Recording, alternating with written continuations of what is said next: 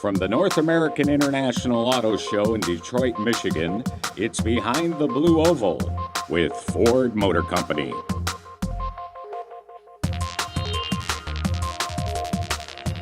As Alan said, we've come from Las Vegas at CES last week, so we made it through that show. And very, very interesting show. Automotive is taking over more of the consumer electronics space, but from my perspective, one of the most interesting topics there was mobility, and specifically Mark Field's keynote there about smart mobility, Ford's Smart Mobility Initiative. My name's Doug Newcomb. I'm the founder and president of the C3 Group. We drive the conversation on the connected car and mobility. I've been covering the connected car space as well as mobility for a long, long time. Something I'm very excited about. I feel that technology, the way it's transformed most of the things in our lives, I think it's on the brink of transforming how we get around. I'd like to take a moment to have each of the panelists here introduce themselves and tell a bit about what they do. Thanks, Doug. Good to be back on stage with you. Enjoyed CES. I'm Erica Klampfl. I'm Ford's Global Future Mobility Manager. And my previous background, I did analytics and big data. Happy to be here. I'm Zielinsk, and I'm Managing Director of SMART at the University of Michigan. And we focus on accelerating and advancing sustainable mobility systems and the industry and enterprise that is going to supply it. Thank you. Thanks for joining me today. Now, one of the things we're hearing about a lot in the mobility space are megatrends. So I wanted to talk about some of these. I know it's a lot of the work that you guys are doing. So if you could tell some of the audience about what are the megatrends that we're planning for, that mobility is all about? Yeah, sure.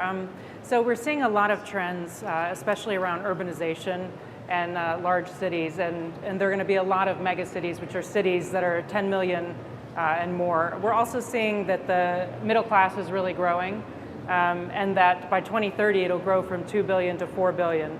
And also there are issues, lots of issues with air quality, especially having to do with congestion. With all those people living in the city. Yes, with all the people living in the city. I'm sure you've all seen the pictures in Asia where people wearing face masks, so it's a real issue. And also we see changing consumer attitudes. You know, a lot of the millennials like to have their, they check their phone at least once every day. I'm sure most of us do it more. Right. The phone is sort of the prime means for communication. We see a lot around, connectivity. People want to be connected 24/7. Maybe you can add some. Oh, that sounded great to me. I mean, I guess I just think about mega trends. It's easy to think about it as a doom and gloom situation, but a lot of the mega trends are actually going in a really interesting direction in terms of transforming the way that we get around and actually meeting a much wider variety of needs. So when I think of it, it's sort of along the lines of what you were saying, but I think about it in terms of we're doing it, why now? Why is it such a tipping point? Because we have to, climate change, congestion, urbanization. Urbanization is a great challenge. It's actually not all bad in terms of feeling crowded. It's that actually it challenges to be smarter.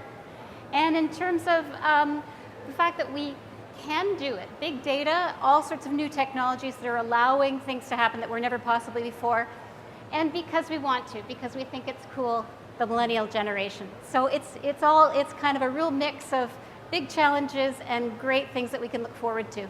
No, I think, as you mentioned, and one of the thread running through all of this is technology and technology enablers. I think we're seeing technology, and I often say the way we've seen technology transform every part of our lives, from the way we communicate, to the way we interact, the way we buy things. I think we're going to see that now with transportation. So what are some of the things that you guys are seeing as far as how technology is affecting transportation? Well, the car really is now just another connected device, right? People expect the car to be connected as well. And that's really enabling a lot of the mobility solutions that we're going to be providing. And also, the car is a probing sensor. We have a lot of sensors on the vehicle, and a lot of these can help us inform things and different solutions. For example, identifying, is a parking spot available? The car can be sensing the environment, just one more sensor of the environment. And then also, big data.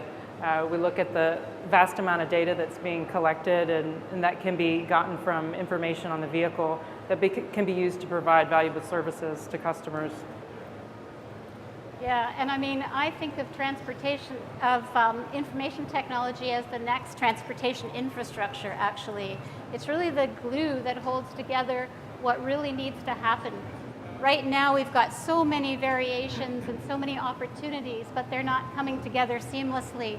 So information technology can allow us to have better shared services, have integrated fare payment, so we can pay fares across a whole range of different options like buses, trains, also goods movement. We can do security, multimodal traffic management, a whole range of things that are enabled by information technology are transforming the nature of technology. Now, you weren't at CES last week, maybe some of you were. One of the highlights for me, at least, because we talk about this, we've been hearing about mobility, was Mark Field's keynote at CES where he introduced Smart Mobility initiative from Ford. We have a clip from the keynote, so take a look. We're coming to CES with a higher purpose. We're driving to be both a product and a mobility company, and ultimately to help change the way the world moves. So our roadmap has to include not only smarter cars, but smarter roads and smarter cities. And to get there, today we're announcing Ford Smart Mobility, which is our plan to use innovation to take Ford to the next level in connectivity, in mobility, in autonomous vehicles, the customer experience, and big data. Data and analytics will play a critical role in determining our future. And regarding data, we want to make a very clear statement today.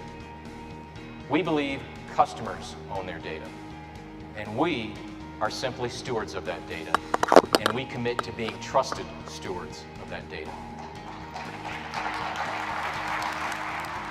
And a first critical step is the creation of 25 mobility experiments across the globe, all designed to help us change the way the world moves. Now, what if you owned a database of your driving behavior for all the years since you got your driver's license? We're collecting driver data from a large fleet in London, and we're looking at how you could use driver profiles to personalize insurance rates. Now, getting cars on demand is one thing. What about buses? Well, we're taking a look at that in New York City and in London. Dynamic Social Shuttle is a shareable service of premium minibuses with registered users requesting point-to-point pickup and drop-off on demand using a smart device. Hundreds of Ford employees in Dearborn are participating in our car swap experiment. Employees who are willing to share and swap their vehicles have a mobile app that allows them to search for a vehicle that meets their needs and negotiate swap terms. You know, we're already manufacturing and selling semi-autonomous vehicles. We also have a fully autonomous Ford vehicle on the road and undergoing testing. And this vehicle uses the same semi-autonomous technology in Ford vehicles today. So we absolutely believe automated driving is going to be possible. Henry Ford taught us long ago, a good business makes excellent products and earns a healthy return. A great business does all of that while creating a better world. And that is what continues to drive us each and every day. Now, if you were there at CES, you probably know that if you've been to CES before, it's a product show. And this was Ford bringing an idea. And typically, auto companies will go there and show product, show new concepts and that sort of thing. So one of the things I was wondering, I think a lot of people were wondering, you know, Ford Smart Mobility Plan is a big step away from concentrating only on manufacturing and selling vehicles to providing a variety of transportation solutions. So I'm curious, why is the company undertaking this Ford Smart Mobility Plan, and why? Why now? Yeah, I really like how Mark just summarized. It really is about a better world. We see that, you know, there are a lot of what some people would say challenges and issues, and we see as opportunities around the world with urbanization and congestion and pollution. And we really see this as a new opportunity, and that the car is just one node in the transportation ecosystem, and that we at Ford need to be a part of the solution to help our customers find different mobility solutions. And what are some of the problems that the Ford Smart Mobility Plan hopes to solve? Yeah, so you saw the announcement of the 25 mobility experiments, and we're really focused on the customer experience, shared services, access versus ownership, and also looking at data and how we can leverage the data for our customers to provide different services to give them a more seamless experience. I see. And Susan, how does your work fit into this? I know you've been studying this for quite a while. Must be very exciting to see this kind of come to fruition in a sense, or at least out of the laboratory and into the real world in a sense. It's tremendously exciting, and actually our work at the University of Michigan at SMART is intricately tied with this, because first of all, the goal or the mission of SMART is to advance sustainable mobility to create a better world, similar to the Ford goals. And also that there's an opportunity not only to improve transportation and to meet more people's needs through transportation, through all modes, through seamlessly connected multimodal IT-enabled trips, better goods movement, everything more sustainable, but it's also something that's really important for the economy. This is a huge industry opportunity. If we need to supply a future of transportation, there are so many opportunities for big business to move the industry cluster forward. So it's not just the automotive industry, it's also IT, logistics, real estate, and all of the disruptive new mobility enterprises that are coming onto the scene around shared use and apps. So I think the great part of this is that we can move these different things forward. And I think also the similarity between what we do as a university and what Ford is doing is that we start by listening. We start on the ground.